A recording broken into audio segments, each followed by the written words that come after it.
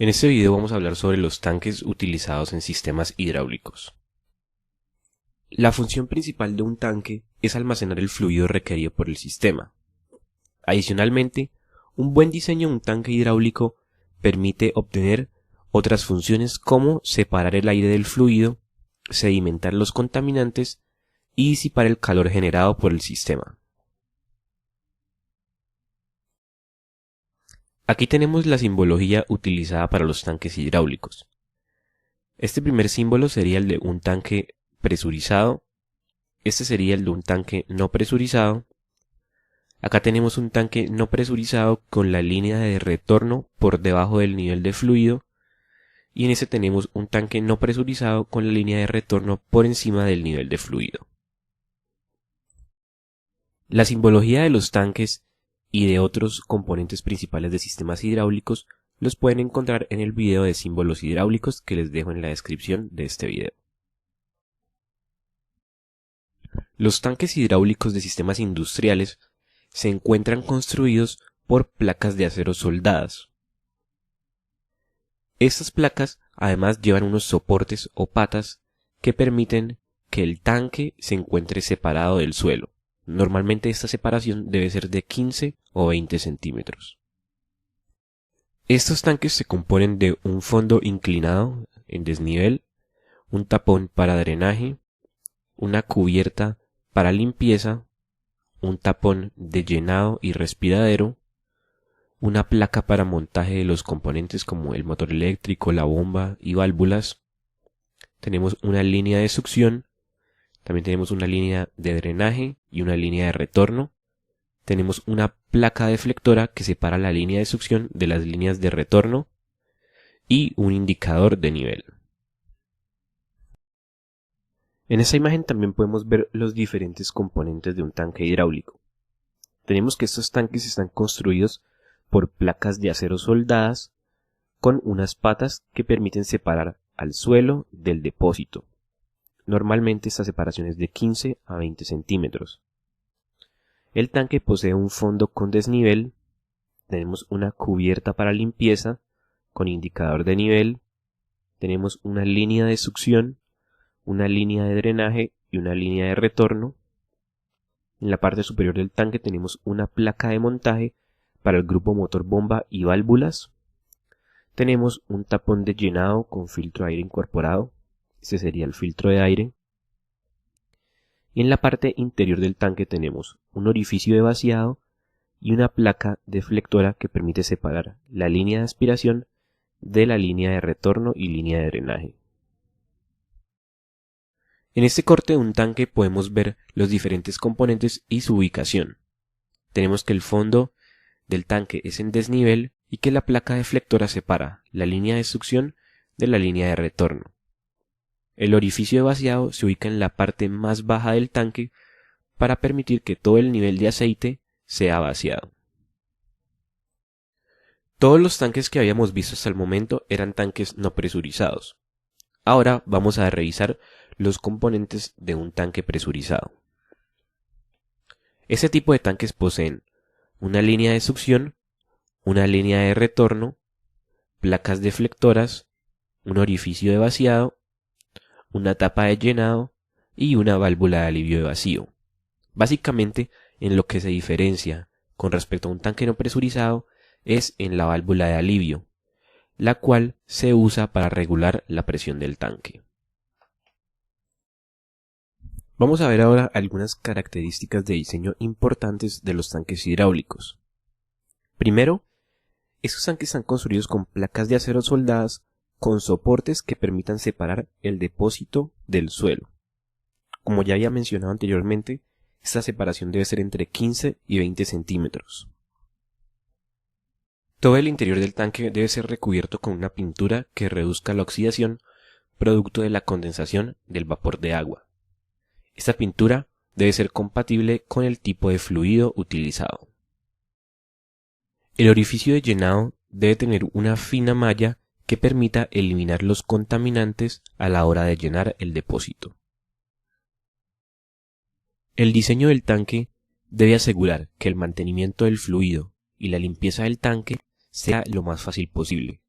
Es por ello que un tanque siempre se dota de un orificio de vaciado en su punto más bajo y de una cubierta para limpieza. Es recomendable que el tanque posea un nivel visual para poder comprobar fácilmente el nivel del fluido. Por ejemplo, en este tanque, acá tenemos el nivel visual. La línea de succión junto con la línea de retorno deben terminar bajo el nivel de aceite para evitar que el aire se mezcle con el aceite. La línea de drenaje también puede terminar por debajo del nivel del aceite. En algunas ocasiones, estas líneas de drenaje terminan por encima del nivel de aceite para evitar la formación de una contrapresión. Las conexiones de las diferentes líneas a la tapa del tanque se deben hacer con brías y juntas de cierre para evitar la entrada de suciedad y facilitar el desmontaje y mantenimiento de los filtros.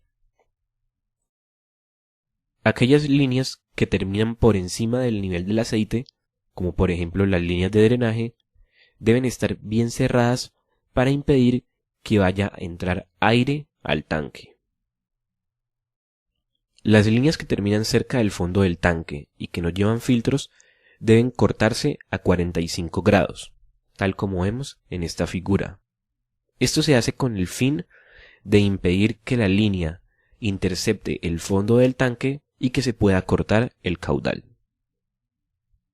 En las líneas de retorno cortadas a 45 grados, el ángulo de abertura se debe ubicar de tal forma que el flujo se dirija hacia la pared del tanque y no vaya a ir directo hacia la línea de succión, tal como podemos ver en esta figura. A continuación vamos a analizar dos elementos muy importantes de los tanques hidráulicos, los cuales son la placa deflectora y el respiradero. Vamos a empezar por la placa deflectora. Esta placa se extiende a lo largo del centro del tanque, tiene normalmente una altura de 2/3 el nivel de aceite y se utiliza para separar la línea de succión de la línea de retorno. Esta separación de la línea de succión con la línea de retorno se hace con el fin de impedir que el fluido recircule continuamente, sino que tome un camino determinado por el tanque. Además, genera una zona tranquila que impide la turbulencia y facilita la sedimentación de las partículas contaminantes grandes, facilita la disipación de calor a través de las paredes del tanque y ayuda a separar el aire del fluido. En este corte podemos ver las diferentes funciones de la placa deflectora. Tenemos nuestra línea de retorno cortada a 45 grados, la placa deflectora y la línea de succión hacia la bomba. El corte a 45 grados garantiza que el caudal de retorno se dirija primero hacia la pared del tanque. Esto, junto con la ayuda de la placa deflectora, va a impedir la turbulencia y va a hacer que el fluido no vaya directamente a la entrada de la bomba. Con eso se facilita la sedimentación de las partículas contaminantes y además el aire se va a ver enfriado cuando llega ya a esta línea de succión. Entonces se facilita la disipación de calor en el tanque. Ahora vamos a analizar el siguiente elemento, el cual es el respiradero. En este tanque lo podemos ver ubicado acá y en este tanque lo vemos en esta parte. El respiradero tiene como fin mantener la presión atmosférica dentro de un tanque no presurizado. Este respiradero debe tener un filtro de aire y en ambientes muy sucios este filtro debe tener un baño en aceite. En los tanques presurizados el respiradero se reemplaza por una válvula de aire, la cual permite regular la presión entre unos límites predeterminados. Ya para terminar, vamos a ver algunas consideraciones del tamaño de los tanques hidráulicos. Es deseable que el tanque sea grande para facilitar el enfriamiento y la separación de los contaminantes. Como mínimo, el tanque debe contener el aceite requerido por el sistema y mantener un nivel adicional para evitar la entrada de aire al sistema. Para la determinación del tamaño de un tanque hidráulico se deben tener en cuenta algunos factores como la dilatación térmica, las variaciones de nivel, la superficie interna del tanque expuesta a la condensación de vapor y la cantidad de calor generada por el sistema. En los equipos industriales se acostumbra a emplear un depósito cuya capacidad sea 2, 3 o 4 veces la capacidad de la bomba en litros por minuto.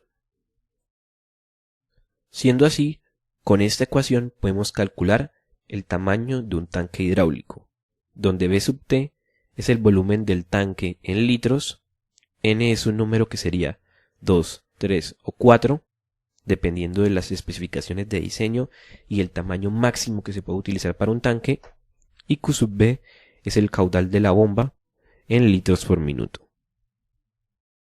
Espero que este video sobre tanques hidráulicos haya sido de ayuda para ustedes y los invito a suscribirse al canal y a darle me gusta a este video. Gracias.